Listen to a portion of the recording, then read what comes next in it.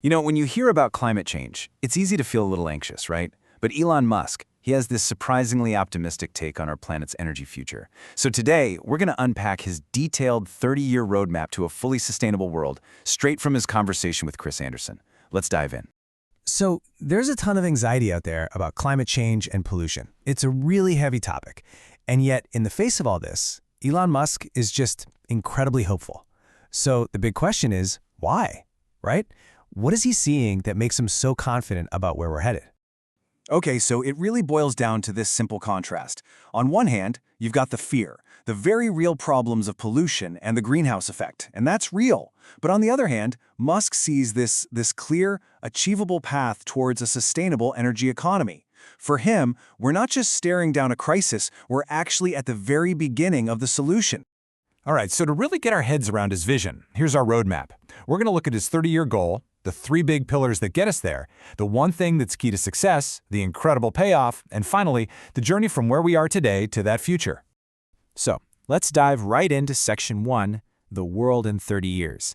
This is where Musk really sets the stage and explains the whole mindset behind this grand vision. You see, for Musk, this isn't just some pipe dream. His optimism is actually rooted in this belief that humanity is, well, finally waking up. He sees people and governments all over the world starting to actively demand and build a clean energy future. The momentum, he says, is already here. And that growing momentum? It leads us straight into Section 2, the 3 pillars of sustainable energy. This is the real nuts and bolts, his blueprint for a whole new energy economy. So his whole plan rests on 3, simple-sounding but absolutely massive pillars. First, we've got to generate our energy sustainably. Second, we have to store all that energy in huge battery systems. And third, we use that clean, stored energy to power basically everything that moves: generation, storage, and transport. Okay, so for Pillar 1, generation, we've got a whole menu of options, right? Solar, wind, hydro, geothermal, even nuclear. But while all of these can chip in, Musk is betting big on 2 main players: solar and wind. Those are going to be the heavy lifters of our future energy grid. But here's the thing with solar and wind, right? The sun isn't always shining, and the wind isn't always blowing. That's where Pillar 2, battery storage, comes in. And man, it is absolutely critical. Think of it like a giant energy piggy bank, saving up power when it's sunny and windy, and then releasing it when we need it. That's how you keep the lights on 24/7.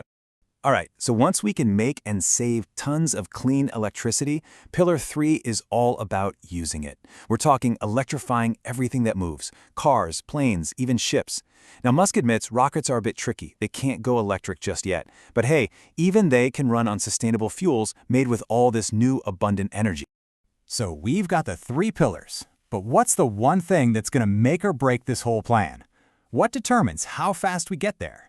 That brings us to Section 3, the key to success. And according to Musk himself, it all, and I mean all of it, comes down to one thing: our ability to make really efficient battery cells, and to make a lot of them. Better, cheaper batteries, that's the bottleneck. If we can crack that nut, if we can solve the energy density and manufacturing cost issues, we unlock the entire system. It's like the master key to this whole sustainable future. Okay, so let's imagine we do solve the battery problem. We build out these 3 pillars. What happens then? Well, this is where the vision gets really, really cool. Let's talk about the payoff in Section 4. What are the incredible benefits of all this work? The biggest, most game-changing outcome is this: energy becomes dirt cheap. I mean, think about it. When your fuel is literally the sun and the wind, the cost to run things just plummets. We would be stepping into a whole new era of super abundant, ultra-low-cost energy for every single person on the planet.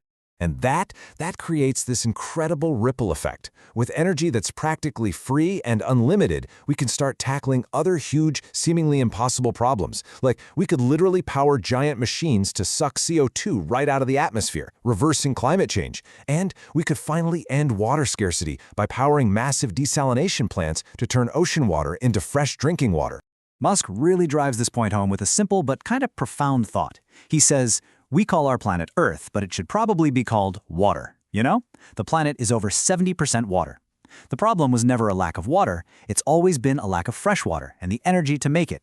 With cheap, clean energy, poof, that problem just disappears. All right, let's wrap this all up in our final section, from today to the future, and just take a look at the journey from where we are now to the world that Musk is painting for us.